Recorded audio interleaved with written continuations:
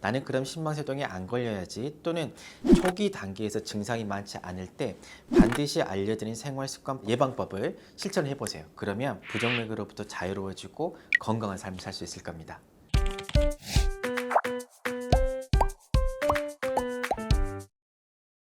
안녕하세요. 저는 전남대학교 병원에서 근무를 하고 있고요. 주로 부정맥 환자, 그 중에서도 신방세동 환자를 많이 보고 있는 이기용입니다. 신방세동 조기 발견 방법을 알려주신다고요? 네, 신방세동이라는 병이 많이 들어보셨겠지만 맥이 불규칙한 병이잖아요. 그래서 제일 쉬운 거는 자기 맥박을 짚어보는 겁니다. 이게 본인이 쉽게 측정할 수 있는 가장 쉬운 방법이고요. 맥을 짚어봤는데 역시 불규칙해. 그랬을 때는 빨리 병원에 찾아가셔가지고 이제 심전도를 찍어보셔야 됩니다. 또 맥박이라는 게 지금은 불규칙했는데 막상 병원에 가면 또 정상이더라, 이러면 꼭 거짓말쟁이가 될 수 있잖아요. 그래서 길게 심전도를 찍을 수 있는 방법, 영어로 하게 되면 홀터 심전도라고 하게 되는데, 이 연속 심전도를 적게는 하루, 많게는 3일, 더 많게는 일주일까지 계속해서 연속적으로 심전도를 체크를 하다 보면 지금 당장은 증상이 없다고 하더라도 나중에 시간이 지나다 보면 한 번쯤은 신방세동이 발견될 수가 있습니다. 병원에 가서 정기적인 심전도를 받아야 된다라는 말씀이신 거죠? 증상이 있으면 그때는 가서 정기적으로 받아야겠지만, 증상이 없었을 때는 굳이 갈 필요가 있진 않겠죠. 단, 내 나이가 65세가 됐다, 65세 이상이 됐는데 증상이 있다라고 했었을 때는 그때부터는 신방세동 위험도가 확 올라가거든요. 보통 2배 이상 올라간다고 하기 때문에 그때는 반드시 병원에 가보셔야 되고요. 내 나이가 75세가 됐다, 75세 이상이 되게 되면 그때부터는 증상이 있던지 없던지 간에 반드시 심전도를 계속 찍어줘야 됩니다. 왜냐? 75세 이상이 되게 되면 이제는 4배로 증가하게 됩니다. 그러면 쭉 10명이 서 있으면요, 그중에 4명이 걸린다는 소리잖아요. 엄청나게 많이 발생하는 거고, 눈이 없으면 뇌경색이 쉽게 오기 때문에 반드시 75세 이상이 되게 되면 심전도를 해마다 찍어보셔야 됩니다. 저희 40대나 50대 네. 환자분들에게도 네. 이런 거를 강조하는지가 궁금합니다. 신방세동이 생기는 게 만약에 젊은 나이에 생겼다, 이게 있다가 없어질 수도 있어요. 하지만 신방세동이라는 병은 한번 생기게 되면요, 처음에는 짧게 있다가 점점 이게 많아지게 됩니다. 신방세동 자체가 신방세동을 또 만들어낸다고 돼 있거든요. 팝콘 요만한 거 하나 튀기게 되면 처음엔 요만했다가 다 튀겨지는 것처럼 처음에는 신방세동이 요만큼 있다가 나중에는 엄청나게 많아지거든요. 결국은 진행을 하게 됩니다. 그래서 조기에 발견을 해가지고 신방세동의 진행 자체를 막아주는 게 아주 중요합니다. 그러면 신방세동이 진행하는 것을 그대로 놔두면 무슨 일이 생기느냐? 결국은요, 제일 큰 문제점은 뇌경색이 오는 거겠죠. 신방세동이 발생을 하게 되면 없는 사람보다도 뇌경색 위험도는 5배나 증가를 하게 됩니다. 이게 왜 중요하느냐? 뇌경색이 생기게 되면요, 나 혼자만의 문제일 수도 있긴 합니다. 물론 내가 제대로 말을 할 수가 없고 제대로 걸을 수도 없고 한쪽에 마비가 오고 너무너무 자기 생활이 비참해지죠. 근데 이걸로 끝나는 게 아니에요. 자기만 그러는 게 아니고 옆에 있는 가족도 같이 힘들어집니다. 이동을 하려고 그러면 가족의 도움을 받아야 되고, 뒤에 주변 볼 때는 가족의 도움을 받아야 되고, 본인뿐만 아니고 가족의 이 생활까지 아주 힘들어지게 됩니다. 두 번째 이유는요, 신방세동을 그대로 놔두게 되면 심부전이 발생할 수가 있어요. 심부전, 말 그대로 심장이 제대로 뛰지 못한다는 거예요. 제대로 안 뛰면 어떻게 되겠어요? 숨이 가쁘겠지요. 숨도 가쁘게 되고요. 맥도 훨씬 더 불규칙해지게 됩니다. 그러면 이동하는데 숨이 차서 움직일 수도 없고, 어디 가고 싶어도 갈 수도 없어요. 계단을 올라가고 싶은데 계단을 절반만 올라가도 숨이 가빠요. 이만큼 자기 생활이 너무너무 제한되게 됩니다. 이 신방세동이 계속 진행을 하게 되면 심부전이 생기지 않더라고 하더라도 계속해서 숨 가쁘겠죠. 또 그리고 가슴은 뛰겠죠. 그리고 가슴이 아플 수도 있습니다. 이런 증상들이 계속 생기기 때문에 결국 가장 중요하게 해드릴 수 있는 말씀은, 가만히 놔두면 결국 진행한다. 진행하기 전에 조기 발견해서 빨리 치료하자. 이게 신방세동의 조기 발견의 중요한 점이 되겠습니다. 부정맥 질환은 조기 발견이 아니라 예방은 혹시 어려울까요? 모든 부정맥은요, 예방할 수 있습니다. 예방하는 거는 자기 생활 습관에서부터 시작을 하는 거거든요. 그 중에서 제일 중요한 거, 먹고 사는 거 제일 중요하죠. 기름진 거 먹으면 안 된다는 거 다 알고 계시죠? 주로 우리 식물성 지방을 섭취를 하고 동물성 지방은 조금 적게 섭취를 해라. 고기를 먹는다고 하더라도 주로 살코기 부분만 먹고 기름기는 빼라. 제 생선을 먹을 때에도 짱어 이런 것보다는 주로 등푸른 생선, 또 오메가3가 많다고 그러거든요. 이런 생선을 먹어라. 그리고 나는 콜레스테롤을 낮추고 싶어요 라고 했었을 때는 견과류도 도움이 되게 많이 돼요. 그래서 견과류 같은 거, 해초류 같은 거 드시면 도움이 많이 됩니다. 두 번째는요, 운동을 해야 됩니다.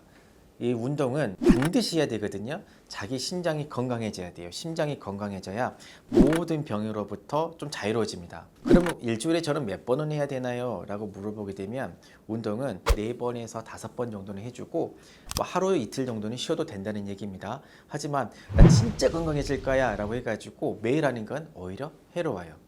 그러면 한 번 하면 얼마 정도 해야 되나요? 라고 물어보게 되면요, 저희가 권장드리는 거는 40분 정도, 30분 정도를 운동 전체 시간으로 하게 되면 우리 웜웨이가 마른 시간이 있잖아요. 그 다음에 마지막 끝날 때 바로 툭 끝내게 되면 그것도 항상 심장에 무리가 간다고 되어 있기 때문에 다시 마무리하는 부분, 그래서 앞에 10분, 뒤에 10분, 가운데 30분 하게 되면 뭐 짧게 하면 5분 정도도 할 수 있겠잖아요. 그러면 전체 한 40분에서 50분 정도가 가장 적당한 운동이다 라고 말씀드릴 수가 있고, 그럼 어느 정도 강도로 운동을 해놔야 되나요?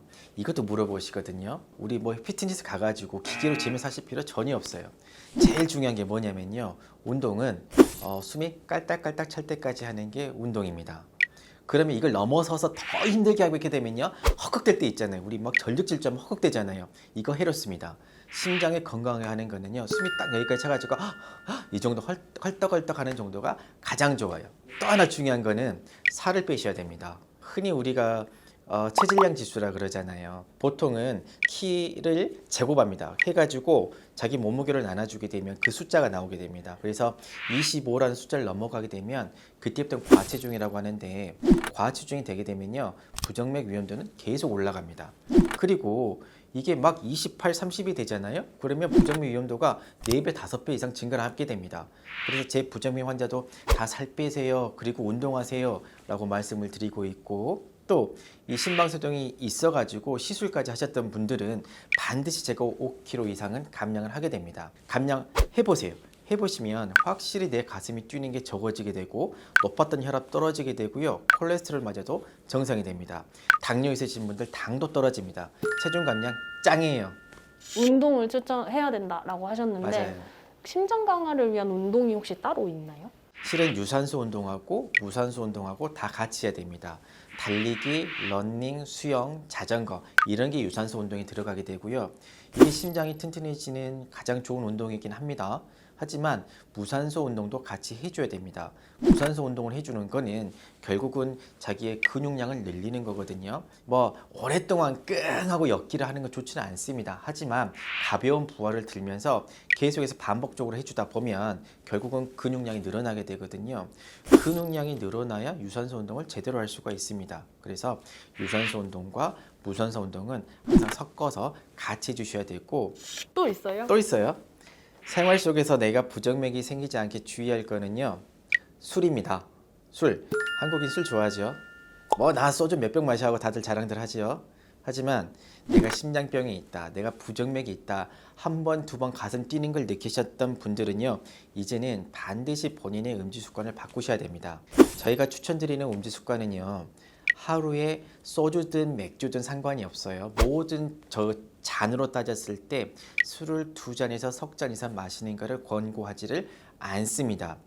넘어서게 되면 반드시 부정맥은 많이 생길 수밖에 없어요. 제일 나쁜 거, 소주 한 병에 보통 우리 7잔 나온다 그러잖아요. 포금입니다. 포금. 전체 일주일을 봤을 때 최고로 마실 수 있는 허용량이 14잔으로 되어 있거든요. 일주일 동안 나눠 먹으란 소리예요. 소주 2병을 일주일 동안 나눠 먹어야 되는데, 보통 앉은 자리에서 한 병을 다들 마시잖아요. 어쩌다 보면 괜찮은데 이게 습관적으로 뭐 일주일에 한 번 이상씩, 한 병 이상 마시게 되잖아요. 그러면 부정맥은요, 위험도가 10배 이상 증가합니다. 반드시 생깁니다. 그거 아세요? 주변에 술 좋아하시는 분들이요, 대부분 부정맥이 있습니다. 나는 건강해 라고 자신하시잖아요. 모시고 와보세요. 부정맥 있습니다. 없는데? 그분들이요, 연속 10년도 채워보세요. 반드시 있습니다. 어제까지 나 술 잘 마셔 라고 자랑했었으면 이제 그런 자랑 그만하시고요, 나도 건강하게 살 거야, 내 심장 건강해질 거야 라고 생각하시고 많이 마시지 않고 포금하지 않게끔, 이게 가장 중요합니다. 마지막으로 당심소 시청자분들께 한 말씀 부탁드립니다.